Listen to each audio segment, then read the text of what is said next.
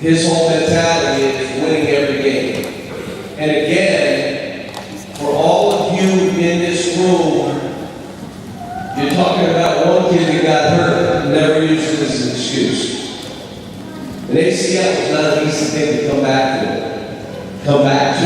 Never used it as an excuse. The other guy over there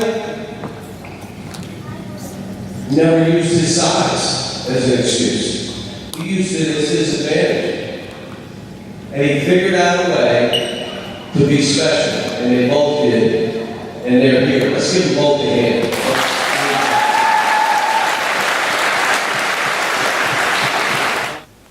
Hi, my name is Ryan and this is Exclamation Points.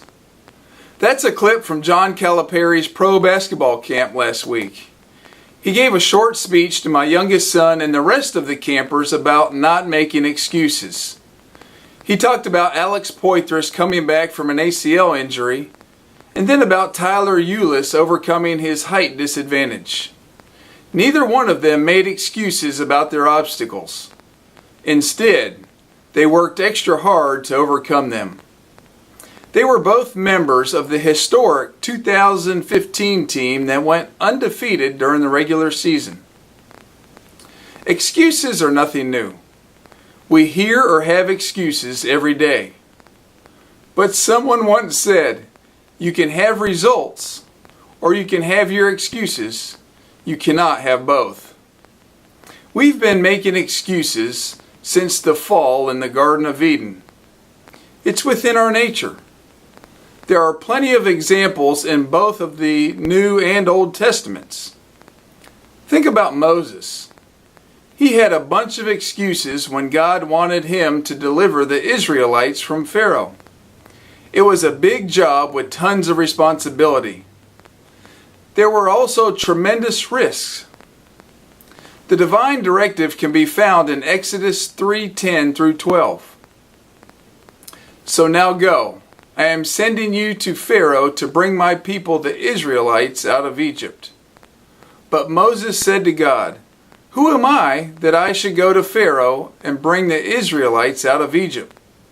And God said, I will be with you, and this will be the sign to you that it is I who have sent you.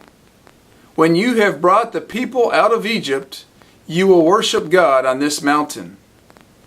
Later on in the burning bush dialogue, in Exodus 4:10 through 13, Moses has another reasonable excuse. Moses said to the Lord, pardon your servant, Lord. I have never been eloquent, neither in the past nor since you have spoken to your servant. I am slow of speech and tongue. The Lord said to him, who gave human beings their mouths? Who makes them deaf or mute? Who gives them sight or makes them blind? Is it not I, the Lord? Now go, I will help you speak and will teach you what to say.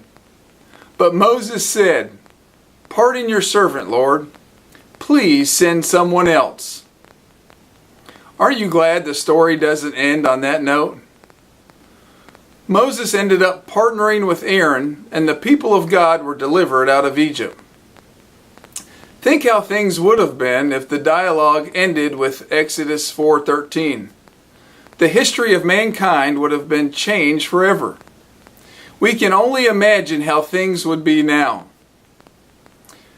How many times has pardon your servant, Lord, please send someone else been your excuse? Giving up or sitting out has never been the character of God. He never gives up on us. He promised Moses that he would be with him, and he promises us that he will be with us on our missions. So what is holding you back? You? Someone else? Something else? Excuses, excuses, excuses. Stop making them and start making history.